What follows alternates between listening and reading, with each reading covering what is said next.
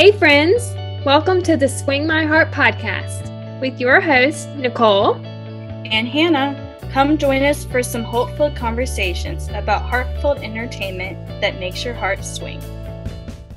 Hey Hallmarkies, we're back for another episode, and today I'm joined by my sweet friend Kerri from Honest to Goodness to chat about Wedding Veil Legacy from 2022, starring Allison Sweeney and Victor Webster.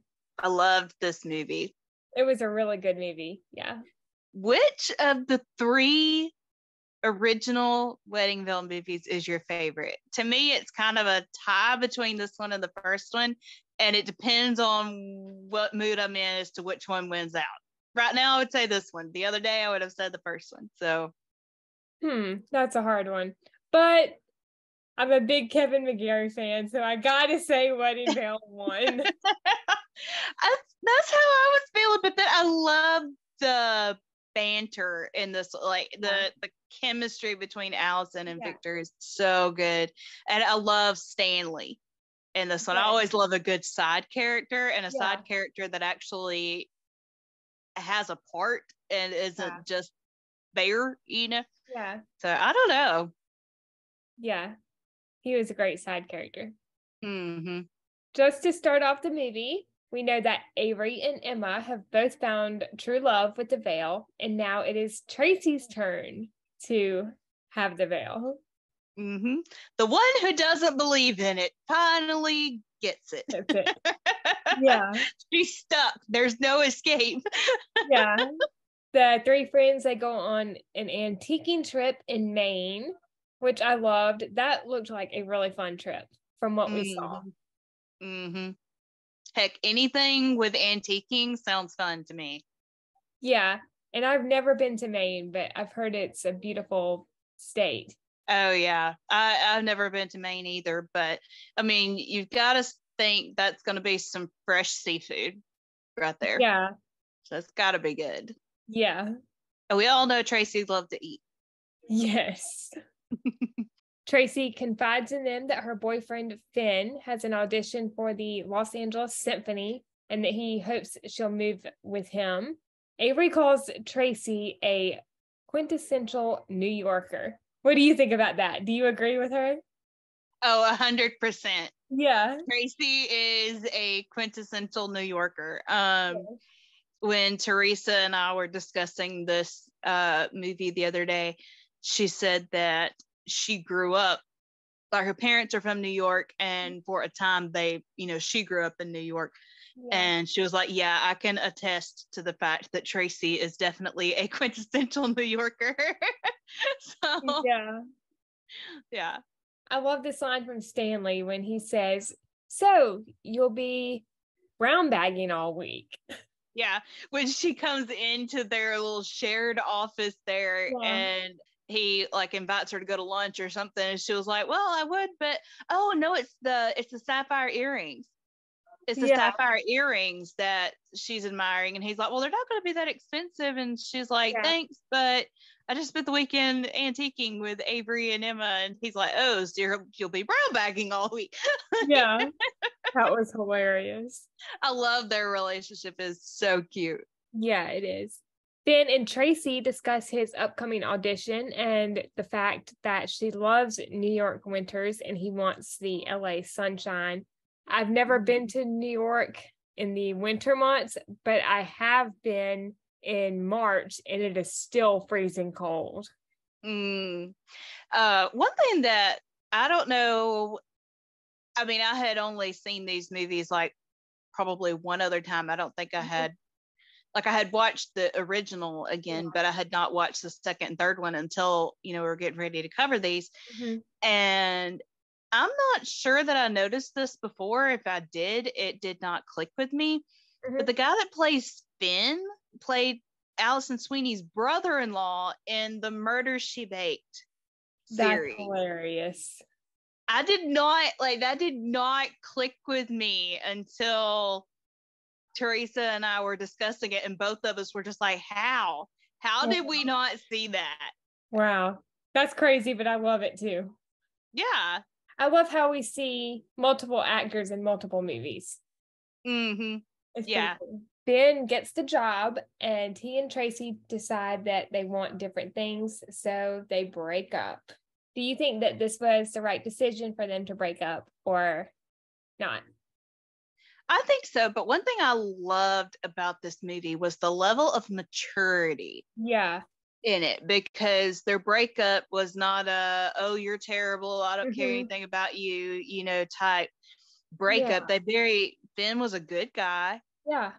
and he very obviously cared about her. She very obviously cared about him, but they just knew they were not right together. Yeah. But that didn't mean they didn't truly care about each other. The fact that he made her stand up so he could hug her and make sure she was going to be okay Yeah. after their breakup, Yeah. the level of maturity there was so good, and I really appreciated that. I love that too. Yeah, it was great. Avery talks Tracy into having the veil fixed anyway. And when she takes the veil to an Italian tailor, she meets Nick, who is there getting fitted for a tux. This scene was hilarious. Yes. Yes.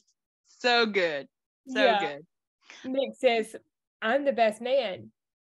Tracy, if you say so. Yeah. Low blow. Oh man. Yeah, him asking her about the veil, like, just assumes she's getting married because of the veil. And then she's like, what about you? And he's like, oh, I'm not getting married. She's like, yeah, you have a tux. Yeah. That was really funny. That cracked me up. And I cannot remember the teams, but I love the fact that she got on the tailor's good side by siding with him on his favorite team. Yeah. And then when she got her way, she looks at Nick and is like, by the way, go Dolphins, or whatever the team was that she pulls for. And he's like, you trick, Yeah. Oh goodness. Oh, she knows how to handle herself. Yeah. We find out that Nick wants to open a new restaurant with Italian and Asian fusion food. That sounds like an interesting combination. Yeah. I can't put it together in my head. I'm not going to lie. Yeah, I can't either. It sounds interesting though. I mean, I would try it, but yeah.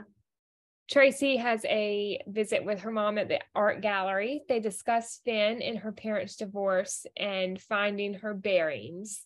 I thought this was a great scene as well. Yeah.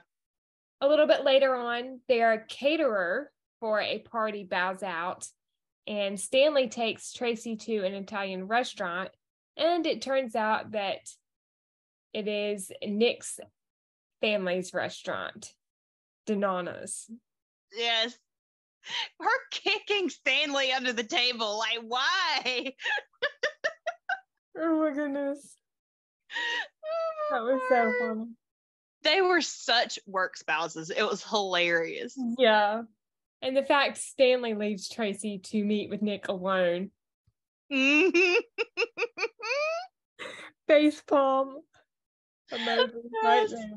Oh my gosh.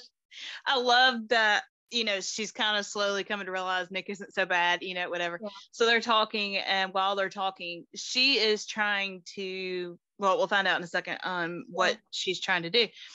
But, well, I'll just go ahead and say it. She's trying to get an early draft of the poem that's on the Statue of Liberty, written by Emma Lazarus, placed in a museum.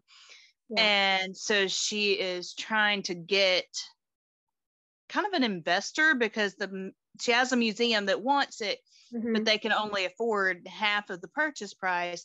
So she's trying to get an investor to make the other half and then donate it. So she's, she gets a phone notification while she is talking to Nick there at his restaurant. Yeah. And she says that she got turned down by a library, and Nick says, how do you get turned down by a library? Too many overdue books? I was about to say that. That is hilarious. And then that's when she tells him, what she's trying to do, and whatever. I love the scene when Tracy tells her boss, Leland, how the New York History Museum is interested in the Lazarus poem, but they can only afford half of the purchase price. Mm-hmm. Yeah. Because, I mean, she is fighting so hard to keep this particular collector from getting it because she knows he's just going to stick it in his safe. Yeah. She's like, no, this is so important. In a scene earlier, Nick had shared how special this poem was even to his family because his grandmother had immigrated to the United States as a child, and the Statue of Liberty was one of the first things that she saw. So both of them are very passionate about saving this poem for posterity and not it just ending up in somebody's vault somewhere. Yeah. You know? I liked her persistence in that scene. Yes. I think that's what I loved most. Mm-hmm. The moment when Nick calls her to set up a meeting to discuss the menu, and she is jumping on a trampoline to relieve stress. This is one of my favorite scenes. I love it. He says, I didn't know the circus was in town. I didn't know chefs were funny. And then Tracy follows up by saying that she's Abbott to Stanley's Costello. And Nick starts by saying, hey, who's on first? Who's on second? I didn't know you know that routine. I'm surprised you do. People aren't always who you think they are. Yeah. Do you know that routine by Abbott Costello? I have seen it. First? I have seen it, yes. That was my very first introduction to Abbott and Costello, and Abbott and Costello are my absolute favorite comedy team. And I was 18 years old, and the guy that was my dad's best man when him and my mom got married showed me the video. It was the Who's on First video, and I was literally doubled over laughing so hard. So I was so excited that they put this little cameo of that was awesome. In this movie. That was awesome. A little while later, Tracy is doing a tasting with Nick and meets with his sister Carly. Nick and Tracy discuss the legend of the veil. Nick offers to call a collector friend of his about the poem and offers the use of his SUV to help her haul stuff when she mentions redecorating. That was a mistake. Yeah. Agreed. I'll say what I've always joked around about with the Howells working on Mayberry Man when I said that I offered to help them, and I said, be careful who you say that to. They will take you seriously. This dialogue right here. Nick says, so are you collecting rugs? Tracy, no. Why? Nick, because you've got like 50 of them over here. Sometimes you think something's going to work, then it doesn't, and you just have to just move on. Are we still talking about rugs? No, we're talking about my ex. Oh my gosh. Yes, they were so good together. They were. I love their chemistry. He follows up by saying that he can't see Tracy leaving New York. And then after that, Stanley and Tracy discuss Nick. I think Stanley had called her. Well, they're in the office. They're in the office together. Yeah. Right. And Stanley just keeps, like putting out these little ideas. First of all, I love the fact that Stanley hardly ever calls him Nick. He always calls him Tuxedo. Like, I adore that. Yes. I love that scene because Tracy's like, would you stop getting ideas, please? Stanley's like, no.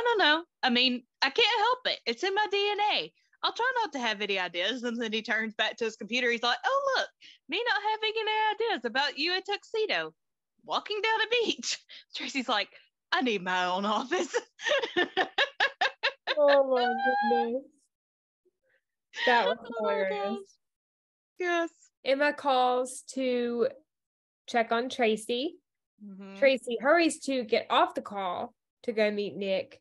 And Emma calls Avery because Emma is suspicious of Mm-hmm. Tracy Mm-hmm. and her hanging out with Nick.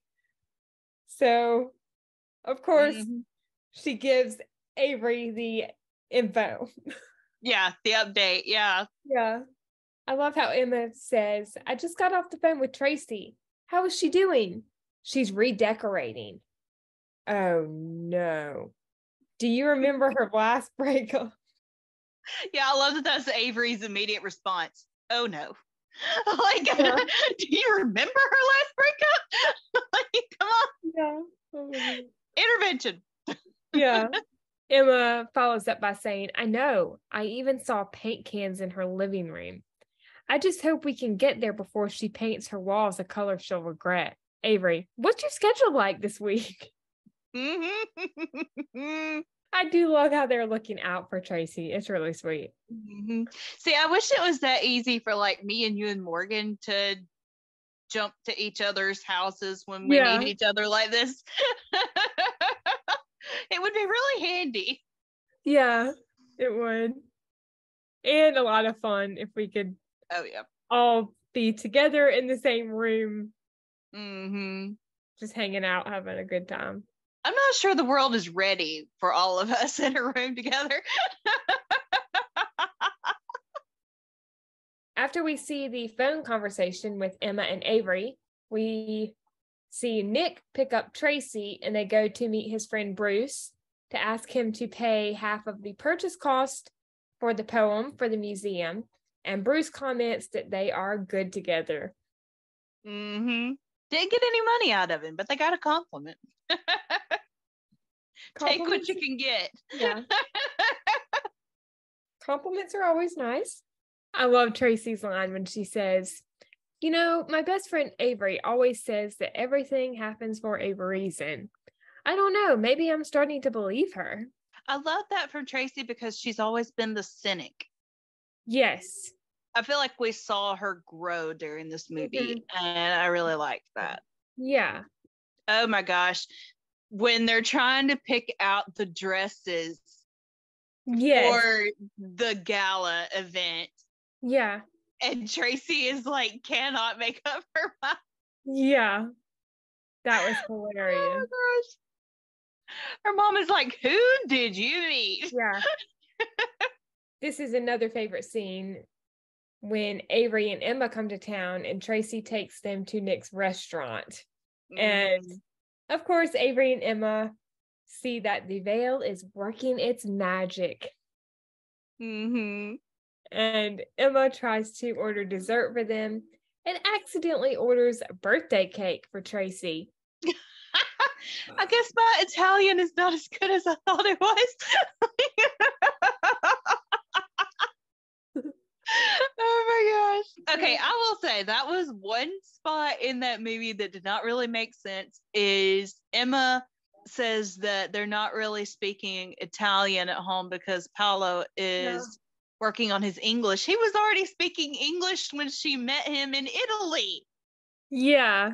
So it's not like he needs to learn English. Yeah. So that doesn't really work. I mean, it adds humor to the scene.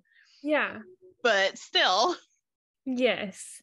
This dialogue right here when Nick and Tracy visit her mom's gallery and her mom says, find anything you like? Nick, I don't think so. Sorry, Mom. Oh, don't be sorry. I've got some new pieces coming in a few days. Nick, if you'd like to come back, well, let me check with my designer. Would you like to come back in a couple of days? Tracy, I don't think we can make that work. Nick, you don't mind being stuck with me again? Tracy, you're not so bad to be stuck with. Nick, did you hear that? He wants a witness. He wants a witness. Also, can we just mention the fact that Nick did not let the girls pay for dinner when they were at his restaurant? Oh, that was my really gosh. sweet. Yeah. So sweet. Yeah. But yeah, I love that. I love that Nick was like, did you hear that? Like, yeah. I have a witness here. I'm not too bad to be stuck with. And you can tell her mom is totally playing matchmaker here, which is adorable. Yes. I loved that too. After Tracy hears that Leland would like to leave the auction house in her capable hands when he retires, she and Nick discuss finding someone the poem means something to invest. And she finally finds a rug.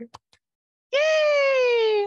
Yeah. I love the conversation right here because it's a throwback to the previous conversation, the first time he brought a rug up to her apartment. That was hilarious. I love when he says, well, I guess you don't have to try a few out before you find the right one. Are you still talking about rugs? Maybe. Maybe not. Okay, well, I'm still talking about rugs, so don't confuse me. Then he says, well, I guess you'll figure it out eventually. Yeah. Eventually. Yeah. Oh, man. Tracy's meeting with an investor gets canceled. Nick takes her out to give them both a break from work. They almost kiss when he brings her home. And he tells her to let him know if she needs any rugs carried up. Very chivalrous. Yes, gallant. Very gallant, yes. Yeah. Wasn't that what Avery called Peter? Yes. Gallant? Yes. Gallant. Tracy calls Emma and they have a phone conversation, which is hilarious. Oh my gosh, yes. This is another favorite scene. Do you want to read for Tracy and I'll read for Emma? Sure. Hey, how are you? I think I'm in love. Tracy, that's wonderful. It's the perfect fit. So hard to find. Tell me about it. I searched high and low. That's what it takes sometimes. I'm just so glad the search is over and that I got such a bargain. Nick? No, I'm talking about my new rug. I thought you were talking about Nick. You can't ask me to choose between Nick and my new rug. Okay. What about you and Nick? I haven't decided about that yet. You're interested, right? Yes. That's something. I'm just not sure what yet. And then, of course, Emma turns around and calls Avery. Avery says she's in love with her rug. Yeah, but your instincts were right. She's been spending more time with Nick. That's the veil working its magic. I wouldn't mention that to Tracy. Oh, right. No, of course not. But I'm just telling you, I cannot wait to see her in that wedding veil. I know, but I wouldn't mention that either. I love the fact that Emma's like, I know, like the little high pitch, but I wouldn't mention that either. Yeah. Oh, my word. The moment with Stanley and Tracy talking about Nick's text, that was hilarious. Oh, yeah. When Stanley has Tracy's phone in his hand, like looking at pictures. Yeah. On her phone, and then Nick's texting, and he's like threatening to text him back. So yeah, that whole little exchange was awesome. Yeah. I also love the next scene when Nick brings Tracy to a community dinner that their family puts on every month. And Tracy helps wait tables. Mm-hmm. And Nona says, she's not Italian. And Nick's mom, yeah, but Ma, she seems to really like one particular Italian we both love. So Nona says, and he looks very happy. Mm-hmm. Nick's mom follows up by saying, and that's all that really matters, right? Mm-hmm. I would say so.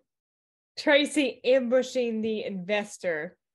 That was hilarious. Oh my gosh. I love when he's like, are you done? And she's like, apologizing? Yes, I am done. He's like, good. Then you can sit down and tell me what you want to tell me while I finish my eggs while they're still high, you know? Like, yeah. Not exact words, but yeah. How would you feel if you were the investor in this situation? I think there's a element of it that you would be slightly annoyed that you couldn't just eat in peace. But I think there's also an element of it that if someone went through this trouble to hunt you down when you canceled a meeting on them, I think you have to know that this is something they're passionate about, so you want to hear what they have to say. Yeah, So I think you have to think it's important for them to do that. Yeah, I agree and feel the same way. I think that's how I would respond as well. Stanley asks if he should be jealous of Nick, and Tracy says that Stanley will always be her work husband. I love the fact that she like kissed him on the cheek when she said that. Yeah, me too. That was They really were cute. adorable. Yes. Oh my gosh. A little bit later on, Nick and Tracy visit her mom's gallery again, and this time they find Italian paintings that he likes. Carly admires the job he's done with the restaurant and talks about Tracy. Carly says, "Have you asked her out yet? On a real date?" Nick, "Yeah, is pizza okay?" Carly, "Yeah, if you're in college." Nick, "Thank you, oh wise sage." I don't know about you. I would not be insulted by pizza. No? I love pizza. I would too. Like, what's wrong with pizza? Yeah. Tracy's investor comes through and she manages to get the poem for the museum. Mm-hmm. Yay. I'm glad that worked out. Yeah. Nick walks her home and they finally kiss. Oh my gosh, that kiss. Yes. Oh man. And then in true Hallmark fashion, Tracy isn't sure she's ready to have feelings for him right now. ugh, Ew. people. I love the maturity in this movie, but the fact that Nick tried to make her feel better by kind of taking it on himself and saying, well, I could have been misreading the signs. She's like, no, you weren't, whatever. But he's trying to take responsibility for it and not make her feel bad. And I thought that was really, again, very gallant of him. But I thought it was really sweet that he, again, tried to just kind of make sure she was okay. Yeah, I love that too. And the fact that he was respectful of her in that. Exactly. Yeah. The poem is in the museum, and Tracy tells her mom that things got complicated between her and Nick and that she's scared of how she feels about him. I can relate to that, like not necessarily with people, but of being scared of the unknown of feelings, I guess. Like, about life per se, more than about people. But yeah. Avery and Emma call and tell Tracy to go to Nick's restaurant opening. And Tracy says, "I was hoping the mushroom ravioli would be on the menu tonight." Nick, "I'm hoping that's not the reason you came by." Tracy, "No, the man who made it is why I'm here." Yes. So sweet. Mm-hmm. And then the dialogue is followed up when Tracy says, "The truth is you're not misreading anything." Nick, "So what you're saying is that if I was to kiss you, you wouldn't push me away?" Tracy, "Well, I mean, it better be a good kiss."